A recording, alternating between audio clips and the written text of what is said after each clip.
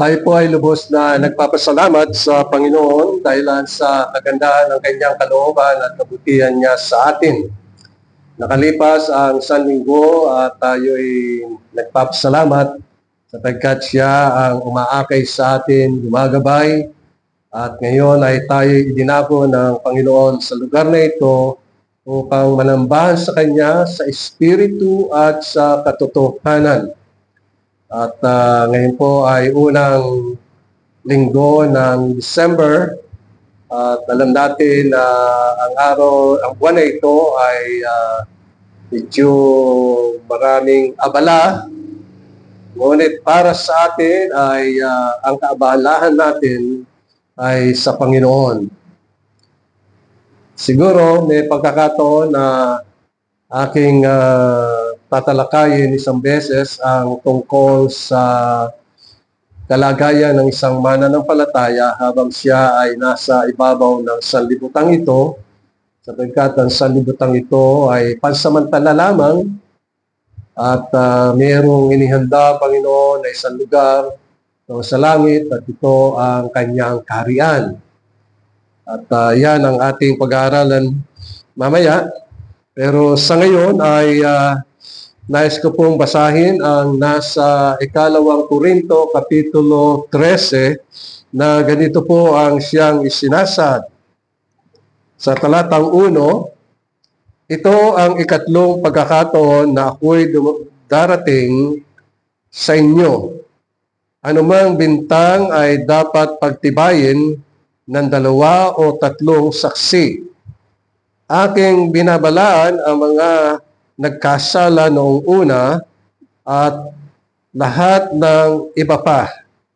At binabalaan ko sila ngayon habang wala pa, gaya ng ginawa ko nang ako'y kaharap sa ikalawa kong pagdalaw, na kapag ako'y muling dumating, sila ay hindi ko na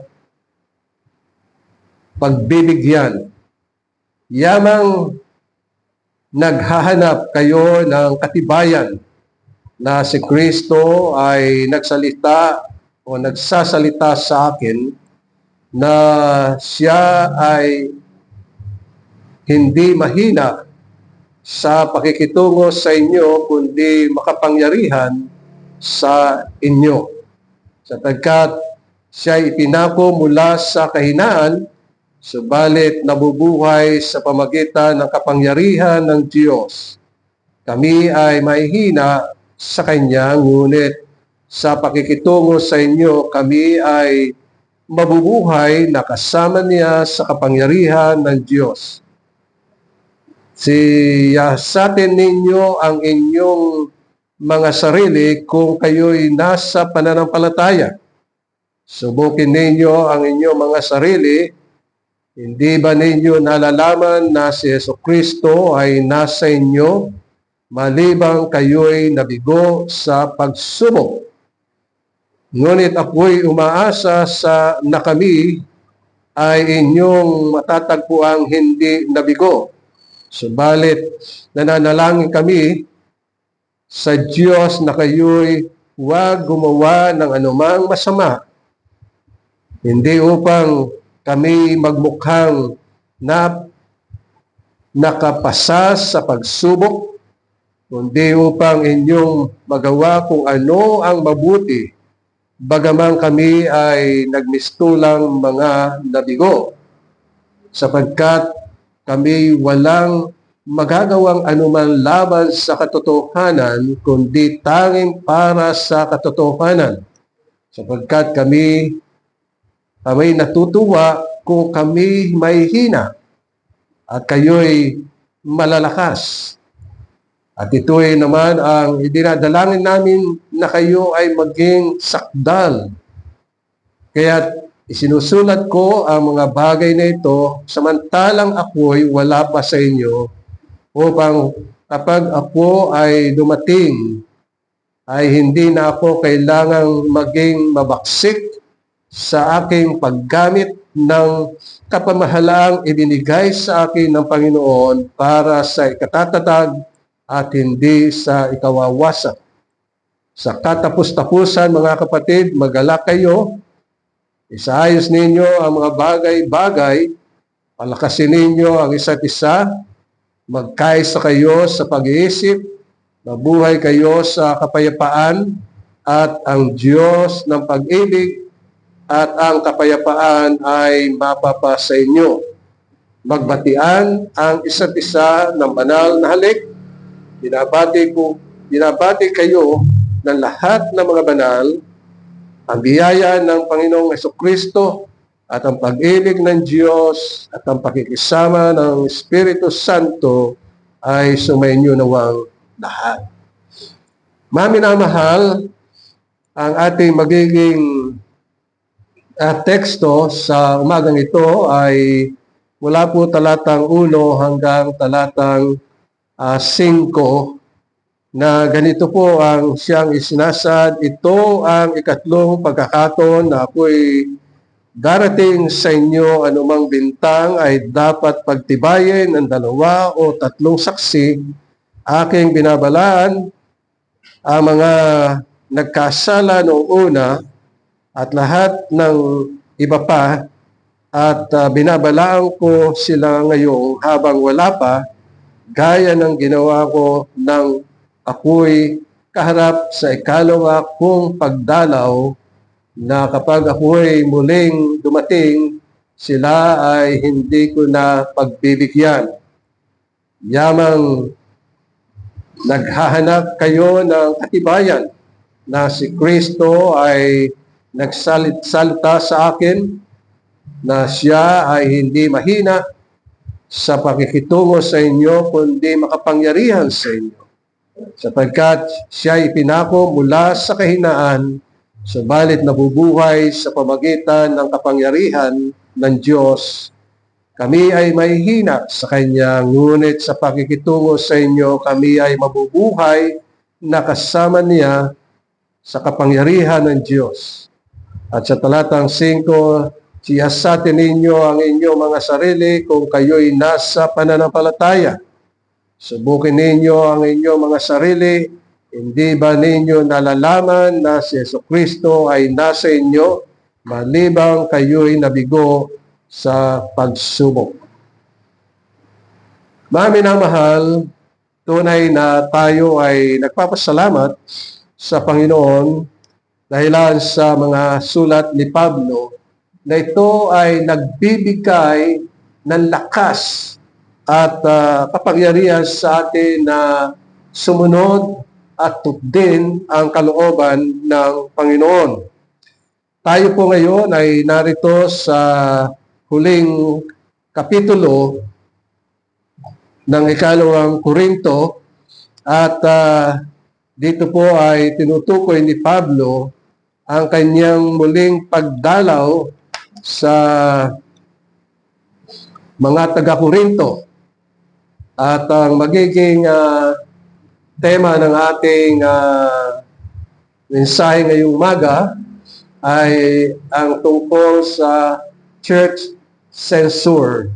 Yung salitang censure, ibig sabihin ay pagsusulit. At tayo ay nagagalak sapagkat ngayong umaga ay magkakaroon tayo ng Lord's Supper, at dito ay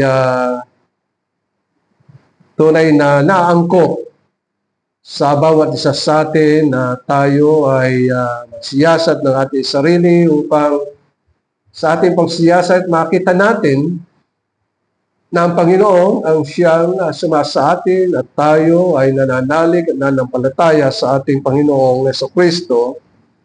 At ang ibig sabihin din ng censure ay hindi lamang pagsusunit, kundi pagpuna ni Pablo sa iglesyang ito ng taga-Korinto.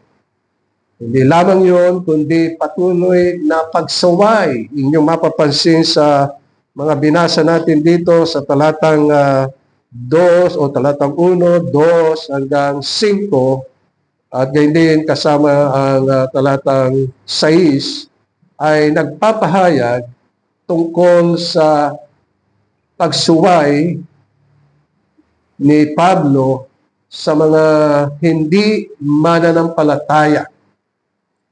Noong mga nakaraan ay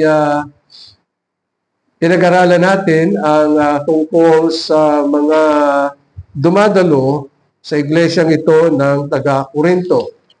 At talagang pinaliwanag ni Pablo na sa kanilang gawain ay may mga ilan na dumadalo na hindi tunay na mga apostol. Sila ay mga huwad at mayroong mga pastor na mga huwad. At inyong mapapansin na sa talatang 4 ng Kapitulo 11, tatlong bagay yung palatandaan na ibinigay ni Pablo tungkol sa katayuan ng isang mananampalataya o ng mga iglesia, sapagkat ang sabi dito ni Pablo ay hindi ko mo nangaral ng tungkol sa pangalan ng Panginoong Jesucristo ay tunay na iglesia o tunay na dala niya ang ebanghelyo ng ating Panginoong Jesucristo, sapagkat inyong mapapansin na may mga nangangaral ng ibang Jesus. Ito ay naugma doon sa sinabi ng Panginoon Jesucristo sa Kapitulo 24 ng Mateo na ang sabi ng Panginoon, sa huling araw, marami ang siya mangangaral tungkol sa kanyang pangalan. At sasabihin, nariyan si Kristo, naroon si Kristo, o darating si Kristo. So, maraming mga bulaang, mga guro, mga pastor ang nagsasaad ng ibang pangalang Jesus. Kaya pag nadinig natin ang iba na nagsasabi na pangalang Jesus, Jesu Kristo, ay tingnan natin, sino ba yung kanilang sinasabihan? Ay karamihan dito sa ating bansa ay sumasamba sa mga Diyos-Diyosan. Katunayan, pagdating ng Enero, ay may mga tinatawag na Black Nazarene at yun ay mga gawang kahoy o minsan ay pilak o ginto o minsan nga may mga plastic pa kinakailangan mag-ingat sapagkat puot na puot, galit na galit ang Diyos sa mga tao na sumasamba sa mga Diyos-Diyusan. Sapagkat ang mga Diyos-Diyusan yun ay walang buhay. Sila'y patay. Walang light sa kanilang buhay. Kung kaya nga tayo ay lubos na nagpapasalamat sapagkat sa walang hanggan, ang Diyos ay nahabag sa atin at inilig tayo at ipinagkaloob sa atin ang kanyang buktong na anak, ang Panginoong Jesucristo, na siya ang nabayubay doon sa krus Kalbaryo, namatay at umakyat sa langit upang ipaghanda tayo ng isang kalalagyan.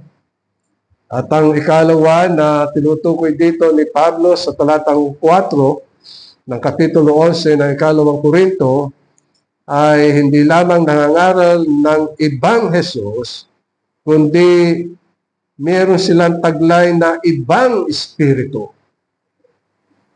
So, hindi ito ang Espiritu Santo, kundi ibang espiritu, at ang espiritong yon ay espiritu ng Diablo na dinaraya ang marami. At hindi lamang ibang espiritu, kundi ang taglay nila ay ebanghelyo, ibang ebanghelyo. Ibig sabihin, hindi yun ang ebanghelyo na itinuturo ni Pablo sa mga taga-Korinto. At iba ang kanila mga pamamaraan. Biro nyo, kung minsan nakakadinig ako ng mga awit na I have decided to follow Jesus. Maling katuruan yan. Sapagkat ang Diyos ang siyang nag-decide o gumawa ng desisyon na ikaw ay susunod. Sabi ng Panginoon sa mga alagad, sumunod kayo sa akin. So ang desisyon yun ay sa Diyos, hindi tao.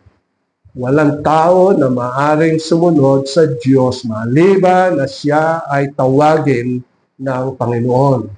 Kaya yung I have decided, maling awitin yun, maling ebanghelyo ang mga bagay na yun. Sapagkat ang Diyos ang siyang umakit sa iyo. Ang Diyos ang siyang nangusap sa iyo. Ang kapangyarihan ng Diyos sa pamagitan ng kanyang banal na Espiritu ang siyang pumatak sa iyo mula sa kadiliman tungo sa kaliwanagan. Kaya iyon ang mga bagay na kinakailangan tayo ay mag-ingat. Sapagkat sabi sa Revelation, ang ginawa ng diablo ay ang tubig ay ibinuhos niya. Yung salitang tubig, yun ang mga masasamang salita, pangaral na gustong lunurin ang iglesia.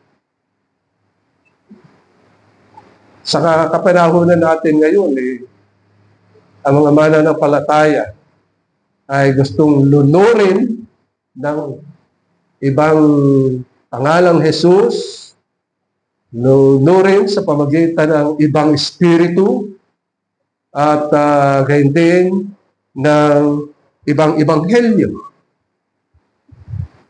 Kaya ang Armenians, hindi yun ang katuruan ng ating Panginoong Hesukristo. Napakalayo.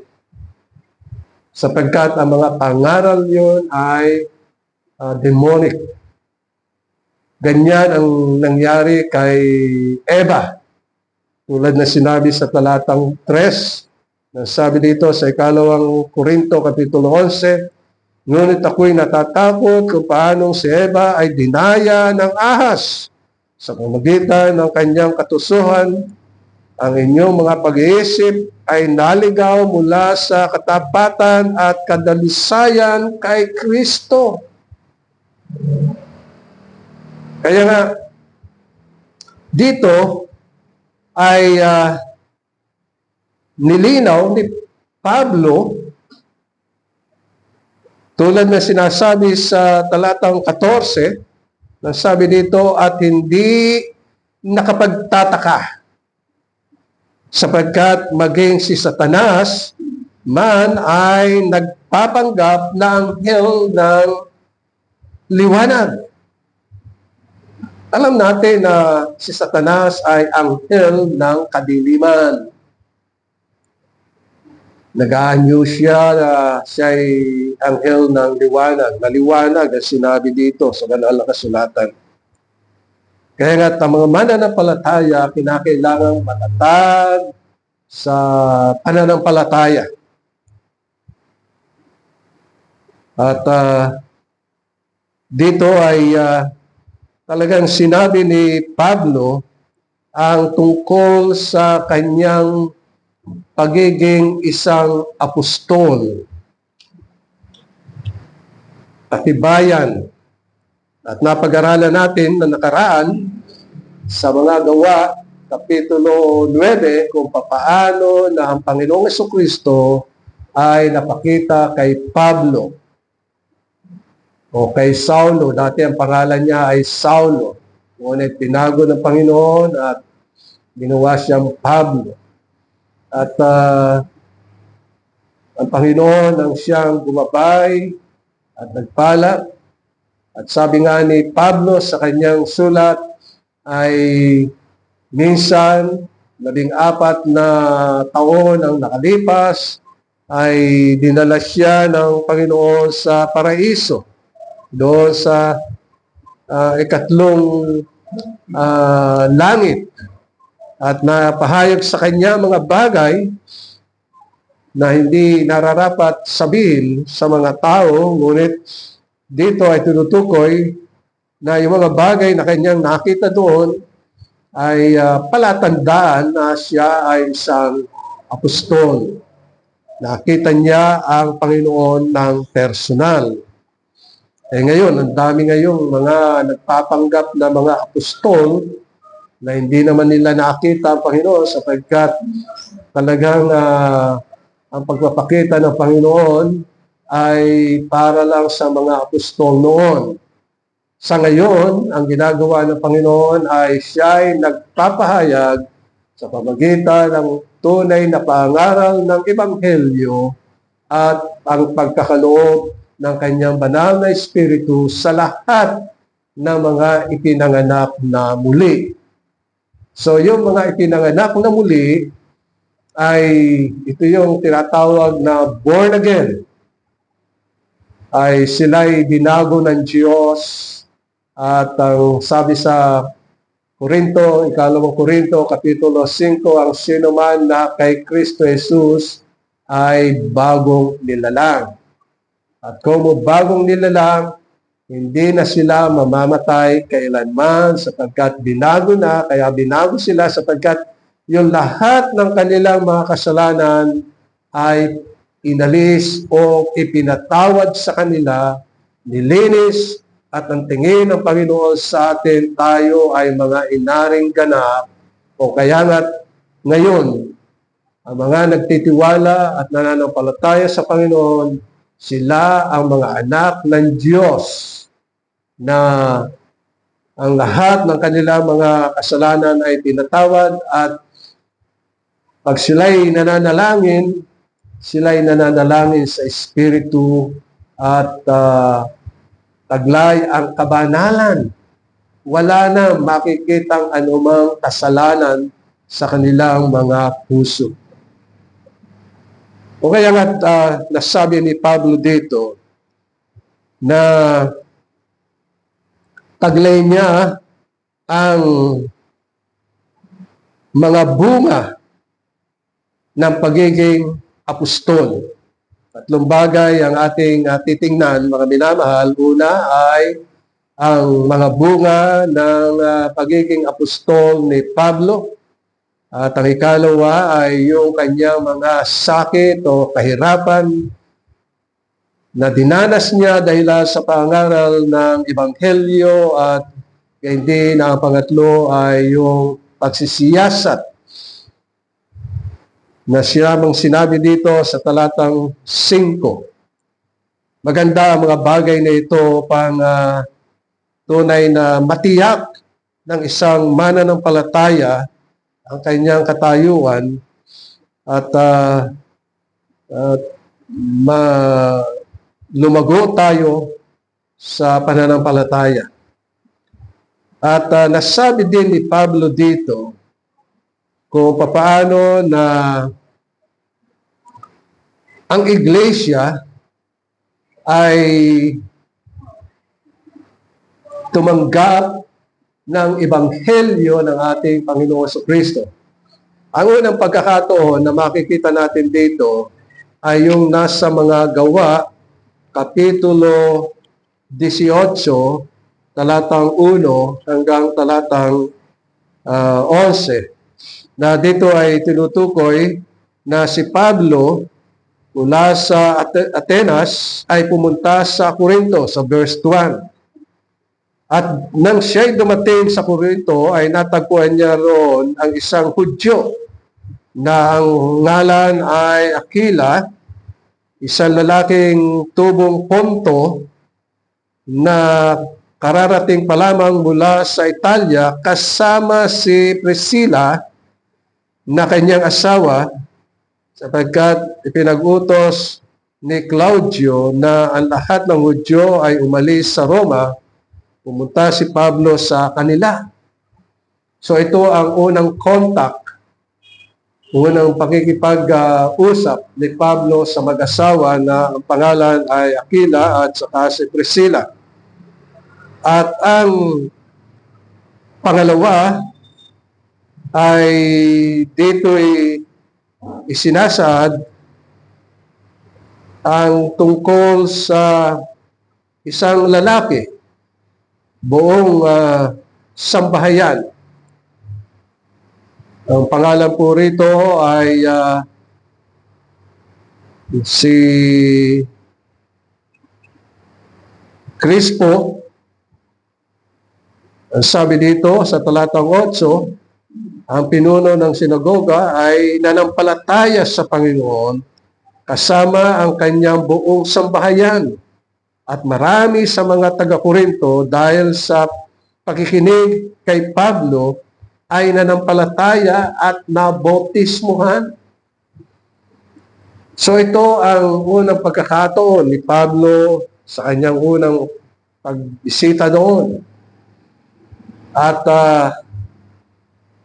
makikita natin na kahit na sa unang sulat ni Pablo, sa unang taga-Korinto ay nagkakaroon na ng mga suliranin. Pero ang laging sinasabi ni Pablo dito ay sa pamagitan ng kanilang pagtanggap ng Ebanghelyo sa pangalan ni Pablo ay nanampalataya sila. O kaya nga ang banal na Espiritu ay sumakanila sapagkat ang banal na Espiritu ay pinagkaloob sa kanila. At dahil sa pinagkalooban sila ng banal na Espiritu, ay sinasaad din dito yung iba't ibang mga kaloob na ibinigay sa kanila. Tulad ng sinasabi sa unang Korinto, Kapitulo 12, talatang 1, na sinasabi dito, ngayon mga kapatid, hindi ko nais na wala kayong alam tungkol sa mga kaloob na espiritual. Ibig sabihin ito ang mga mananampalataya na nagtiwala, nanampalataya sa Panginoon Kristo at pinagkalooban ng banal na Espiritu, kung kaya nga ang ginawa ng banal na Espiritu ay nagkaloob siya ng mga kaloob na espiritual. At iba't ibang uri, tulad na sinabi sa talatang 4, may iba't ibang uri ng mga kaloob, subalit iisang Espiritu. At sa talatang 5 ay sinasaad na may iba't ibang uri ng paglilingkod, subalit iisang Panginoon. Pinaliwanag din ni Pablo ang tungkol sa pagkabuhay na maguli ng ating Panginoong Jesucristo at sinampalatayanan nila tulad na sinasabi sa unang Korinto, Kapitulo 15, talatang 1. Nang sabi niya, ngayon mga kapatid, ipinaalala ko sa inyo ang magandang balita na ipinangaral ko sa inyo na inyong nang tinanggap na siya namang inyong pinaninindigan. Na sa pamagitan nito kayo'y ay ligtas kung matatag ninyo itong pinanghahawakan. Malibang kayo'y sumampalataya ng walang kabuluhan. O kaya nga sabi sa talatang 3 ng Kapitulo 15, talatang 1 hanggang talatang 8, ang sabi niya sa mga taga-Korinto, sapagkat ibinigay ko naman sa inyo una sa lahat ang akin ding tinanggap na si Kristo ay namatay para sa ating mga kasalanan ayon sa kasulatan. So nililiwanag dito ang ginawa ng Panginoon sa atin. Namatay siya para sa ating kasalanan at dahilan sa siya'y namatay, siya'y inilibing, sabi sa talatang 4. At nang siya'y ilibing, pagkalipas ng 3 araw, ay ibinangon siya ng Diyos mula sa kamatayan at muling binuhay ng 3 araw ayon sa mga kasulatan. At siya'y nagpakita kay Cephas at pagkatapos sa 12. Talatang 6 ay sinasaad na pagkatapos ay napakita siyang minsan sa mahigit na 500 kapatid na ang karamihan ng mga ito ay buhay pa hanggang ngayon, bagamat ang mga iba ay namatay na. Sabi sa talatang 7, Pagkatapos ay napakita siya kay Santiago at pagkatapos sa lahat ng mga apostol.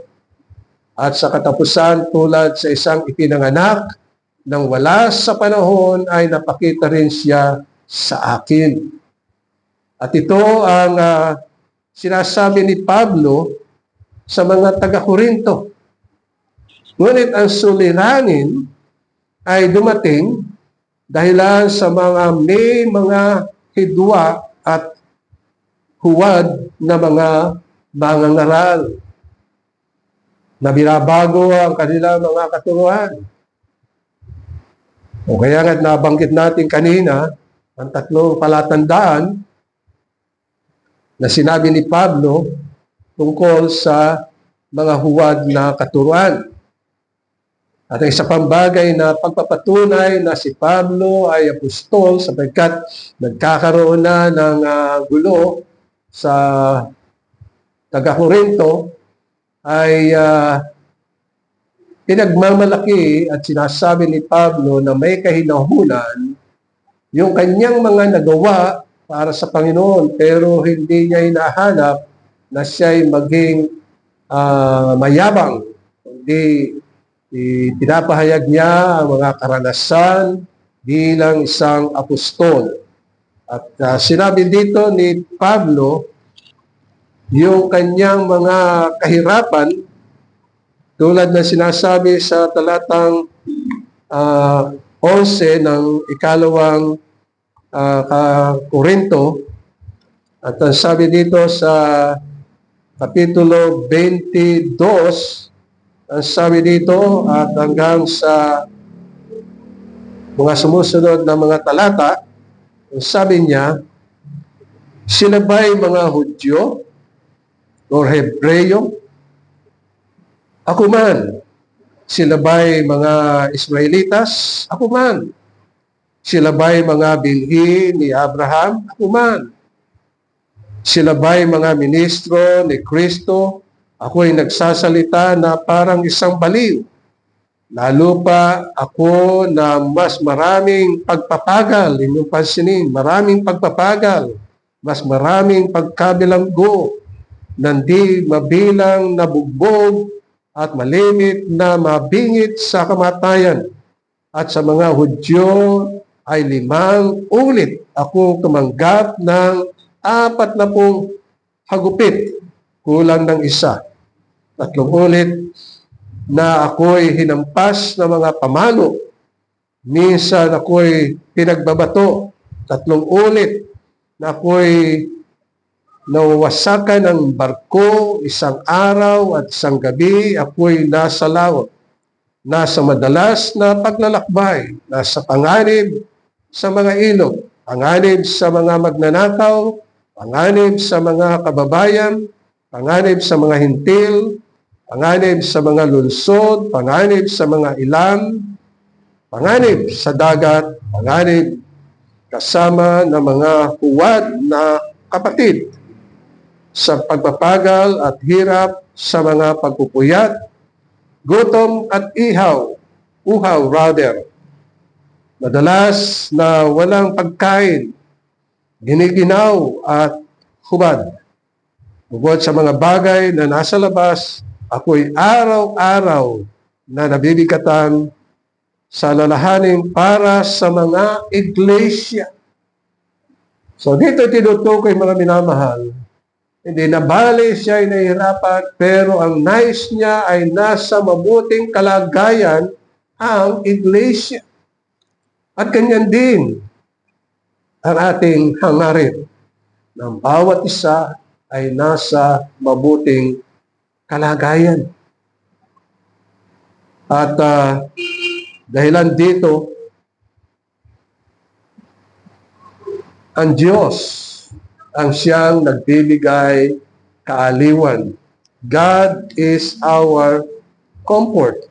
Ito ang sinabi ni Pablo sa kapitulo 1 ng ikalawang taga-Korinto.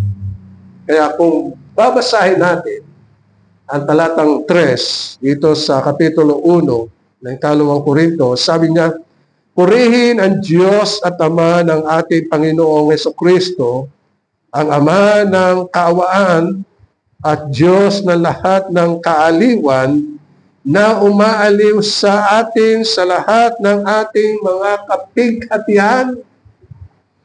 Na minamahal tayo ay may mga kapighatian.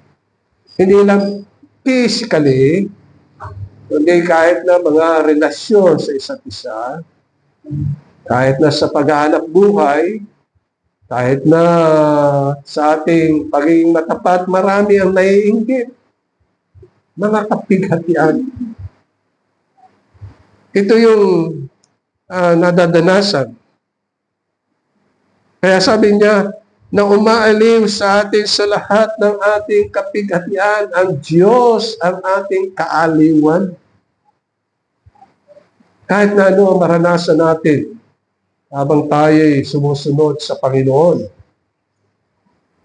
Kahit na may mga kapighatian, upang umaliw natin o upang maaliw natin ang mga nasa anumang kapighatian sa pamagitan ng kaaliwan na inaliw sa atin ng Diyos.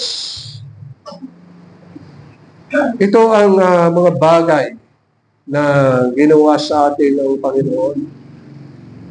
Lalo-lalo na yung talatang 5 na sabi dito, sapagkat kung papaanong sumasagana sa atin ang mga dusa ni Kristo, sa pamagitan ni Kristo ay sumasagana rin sa atin ang kaaliwan. Ibig sabihin ni Pablo ay ang Panginoon Jesucristo dumanas ng sakit, dumanas ng kahirapan, dumanas ng kamatayan. At yun ay para sa atin. Ganong kalaki ang pag-ibig ng Diyos sa atin. Kung minsan hindi natin na uunawaan ang mga bagay na ginawa ng Panginoon sa atin, kinakailangan maunawaan natin gaano kahirap ang kanyang dinanas para sa atin. Kung minsan tayo ay nawawala sa ating sarili, pabanjing-banjing lang tayo. Ganon ang nangyayari sa atin. Para bang hindi tayo serious sa mga bagay na ginawa ng Panginoon. Pero dito ay talagang binabanggit ng Panginoon at maging si Pablo yung pagdurusa ni Kristo. Nagdusa ang Panginoon para sa atin. Nakita niya yung ating kalagayan at tayo ay patay at tayo'y nasa kadiliman. Pagdahilan sa kanyang ginawa na pagdurusa, tayo ay hinango mula sa pusod ng kamatayan at inilipat sa kanyang kaharian. Mamaya, titingnan natin ang tungkol sa kaharian ng Diyos. Sapagkat mayroong layunin, mayroong panukala at napakaganda ng panukala ng Diyos para sa atin. Kaya kailangan ay bigyan natin ng halaga ang ginawa ng Panginoon. Yan ang dahilan kung bakit tayo magko-communion. Dahilan sa ang nais ng Panginoon ay maalala natin siya. Yung hirap, pero nyo, ibinigay ang Panginoon Jesucristo sa atin. Na ang mangyayari sa Panginoong Jesucristo ay dadanasin niya ang hirap for 33 years. Nabuhay kasi ang Panginoon Jesucristo 33 years. At pagkatapos ay binayubay siya doon sa krus, pinako hanggang sa mamatay. Yung mga bagay na ginawa ng Panginoon ay ginawa niya para sa atin. Inako niya ang ating mga kasalanan. Dinala niya ang ating kapanlawan, ang mga sakit. Ayaw ng Panginoon na tayo ay manatili sa kadiliman. Nais niya ay tayo nasa kanyang kaharian. Nais niya. Yan ang layunin. Habang tayo ay narito ay tayo'y lumago sa salita ng Panginoon at makita natin ang kanyang kaluwalhatian. Tinuhan nyo ang nais ng Panginoon. May buhay tayong walang hanggan. May buhay. Sapagkat na ipanganak tayo ay tayo'y mga patay. Walang buhay. Pero nang madinig natin ang Ebanghelyo ng ating Panginoon sa Kristo, nanampalataya tayo. At binigyan tayo ng buhay na walang hanggan at hindi na mamamatay kailanman. Kaya pag kayo'y tatanungin, kayo ba'y buhay? Sabihin natin, yes, dahilan sa Panginoon sa Kristo. Yung mga nakakahalubilo natin, araw-araw, mga kaibigan, mga nasa salubong sa kalsada, ilan sa kanila ang buhay. Pag sinabi natin ilan sa kanila ang buhay, ilan sa kanila ang nananampalataya sa Panginoong Jesucristo.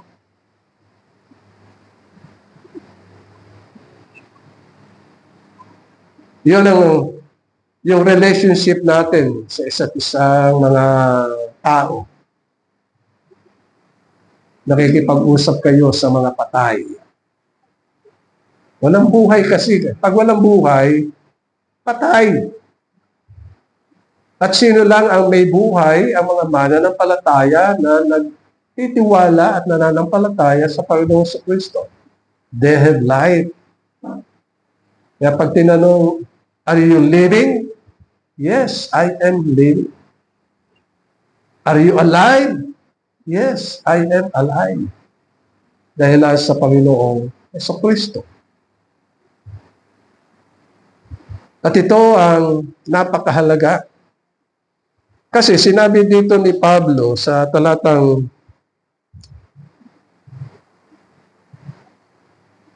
12 ng kapitulo 12 dito sa ikalawang Korinto, na sabi dito sa talatang 12, kapitulo 12, tunay na ang mga tanda ng isang tunay na apostol ay sinagawa sa inyo, sabi niya sa mga taga-Korinto, na may buong pagtitiyaga sa pamagitan ng mga tanda at mga kababalaghan at ng mga gawang makapangyarihan. Kaya ito ang ninanais ni Pablo na mabatid. Kaya naisulat niya yung panghuli, kapitulo 13. Kasi nais niyang muling pumunta sa ikatlong pagkakataon.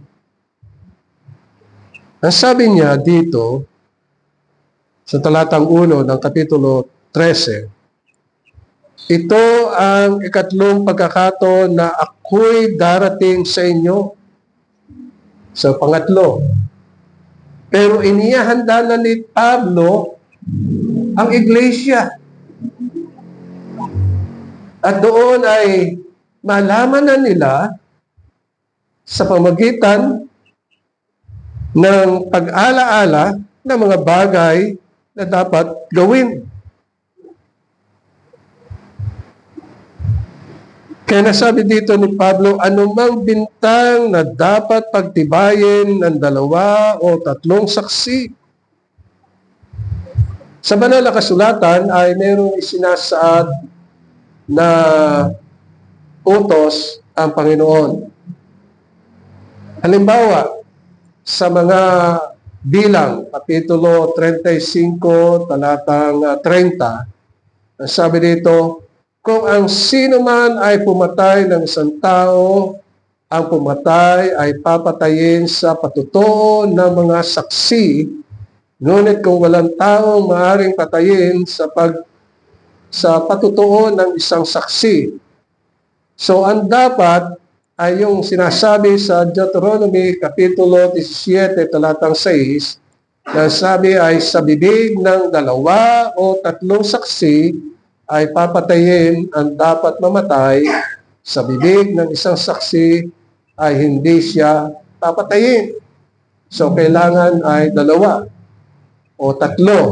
Ito ang nabanggit ni Pablo dito sa talatang 1. At sabi sa Deuteronomy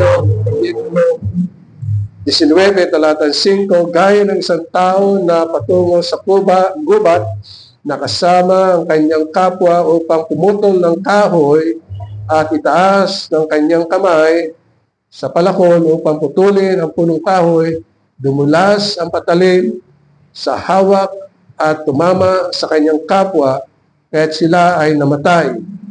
Sila ay tatakas sa isa sa mga lungsod na iyon at siya ay mabubuhay. So ito ang mga pamaraan ng Diyos.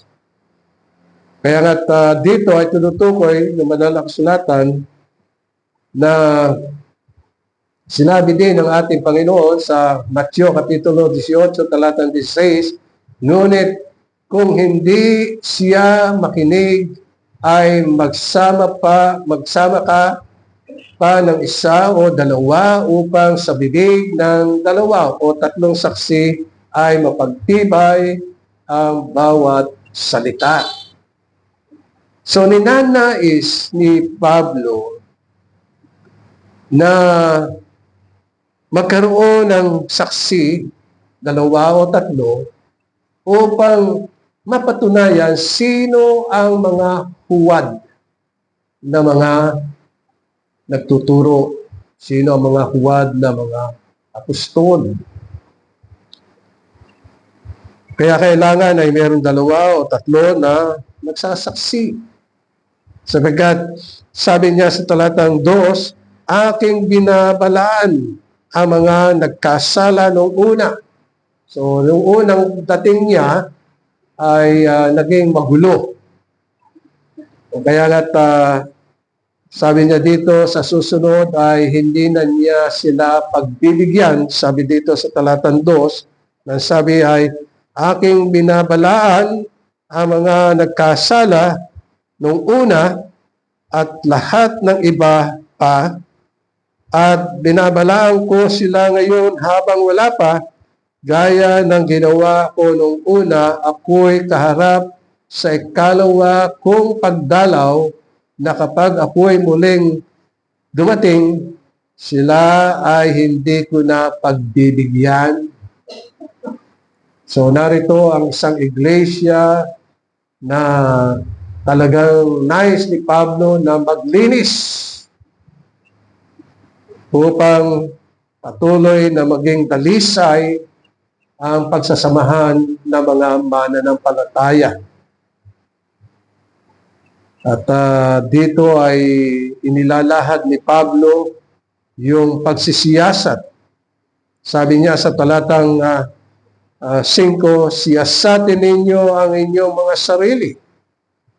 Kung kayo'y nasa pananampalataya, ito ang sinasabi ni Pablo sa mga taga-Korinto. Sabihin talagang pagtibayan ninyo.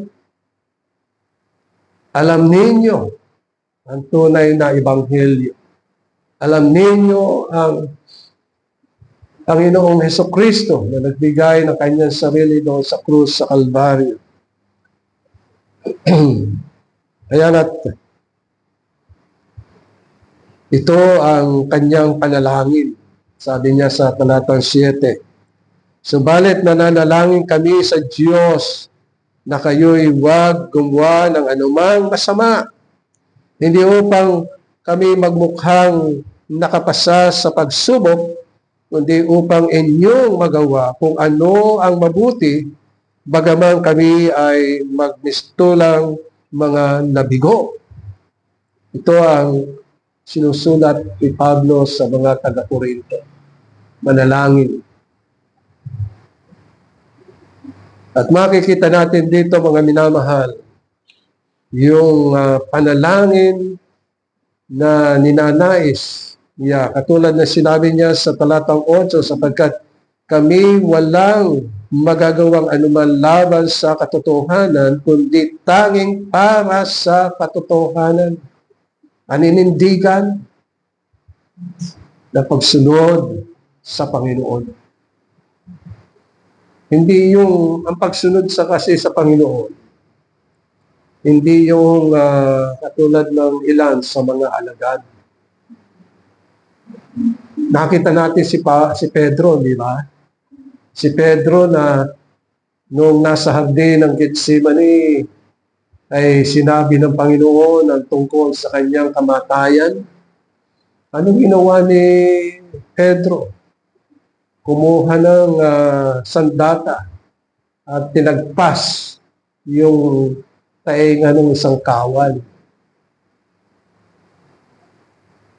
Di ganun kalakas ang damdamin ni Pedro.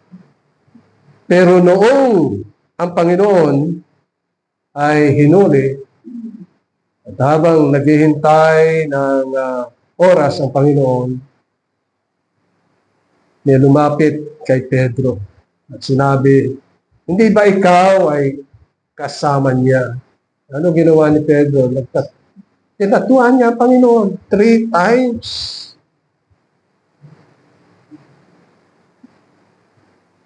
So sa kanyang ginawa, sa pag-ibig ng Panginoon sa kanya, sinabi ng Panginoon, Pedro, Simon, ako ba ay iyong iniibig? 3 beses. Una, sagot, pakainin mo ang aking mga tupa. 3 beses. Ini-restore ng Panginoon si Pedro. Tunay na ganyang kamahal ng Panginoon ang mga mananampalataya. Kuminsan tayo ay natitipalok. Kuminsan tayo ay natutumba. Kuminsan tayo ay nadudulas. Kuminsan tayo ay masyadong nanunulong sa mga kasiyahan ng sanlibutan. Pero dahilan sa kanyang pagmamahal, hindi niya nais na tayo ay mapahamak. Nais niya na tayo maging matapat sa kanya. Kaya ito ang naging benediksyon ni Pablo sa mga taga-Korinto. Inyong pasinin yung talatang 14. Dito sa binasa natin, Kapitulo 13. Sabi dito, ang biyaya ng Panginoong Hesukristo. Una, ang biyaya. Ang Panginoong Hesukristo ay mapagbiyaya. Sa biyaya ng Panginoong Hesukristo, nagpahayag siya sa atin. Nangusap siya sa atin. Binuksan niya ang ating puso at binuksan niya ang ating kaisipan. Sa biyaya niya ay siya'y nagpahayag sa atin. Pinakilala niya ang kanyang sarili sa atin na siya ang tagapagligtas. Siya ang manunubos. Siya ang namamagitan. Siya ang hari. Siya ang dakilang saserdote. Siya ang dakilang pari.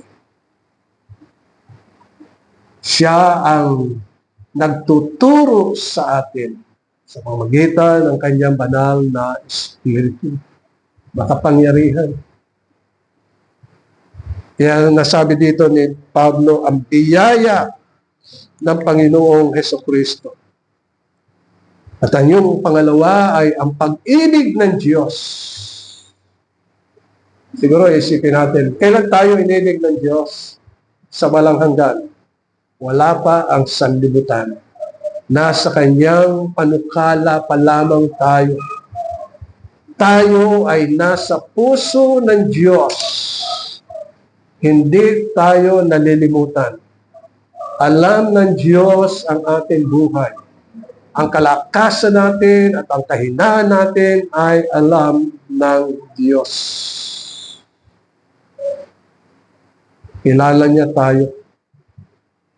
At tayo'y iniibig at hindi magwawakas at hindi magkukulang ang pag-ibig ng Diyos. Sagana ang pag-ibig ng Diyos sa atin.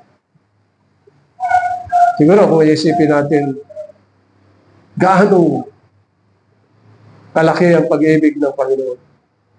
Kung susukatin natin, napakalawak ng pag-ibig ng Diyos sa atin. Napakataas ang pag-ibig ng Diyos sa atin. Napakalalim.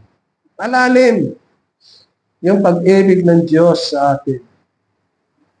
Ganon ang pag-ibig niya. At yung pangatlo na tinutukoy dito sa benediction ay pakikisama ng Espiritu Santo. Ibinigay ang banal na Espiritu. Ito ay kalawang kaloob ng Panginoon sa atin. Una, ang ibinigay niya ang kanyang buktong na anak. Ikalawa, ang kanyang banal na Espiritu na siyang nananahan sa ating puso at sa ating kaisipan. Siya ang nakikisama sa atin. Siya ang nagtuturo sa atin. Siya ang gumagabay sa atin. Siya ang nagpapalakas sa atin. Siya ang lahat-lahat sa atin. Tayo ay inaalalayan, tinuturuan, inihahanda tayo sa pagdating ng ating Panginoong Hesukristo, ang banal na Espiritu. Inihahanda niya tayo bilang mga mananampalataya. Kaya yung tatlong yun, ang sabi ni Pablo, ay sumainyo nawa. Sabi dito, ang biyaya ng Panginoong Jesucristo, ang pag-ibig ng Diyos, at ang pagkikisama ng banal ng Espiritu Santo ay sumainyong nawang lahat. So ito ay sa mga mananampalataya lamang. Hindi sa lahat ng tao, kundi doon sa lahat ng mga pinanganak na muli o na born again o regenerated o binago ng Panginoon. Sa kanila lamang. Sabi ni Pablo, sumainyo nawang lahat. Naway patuloy tayong pagpalain ng Panginoon. Amen.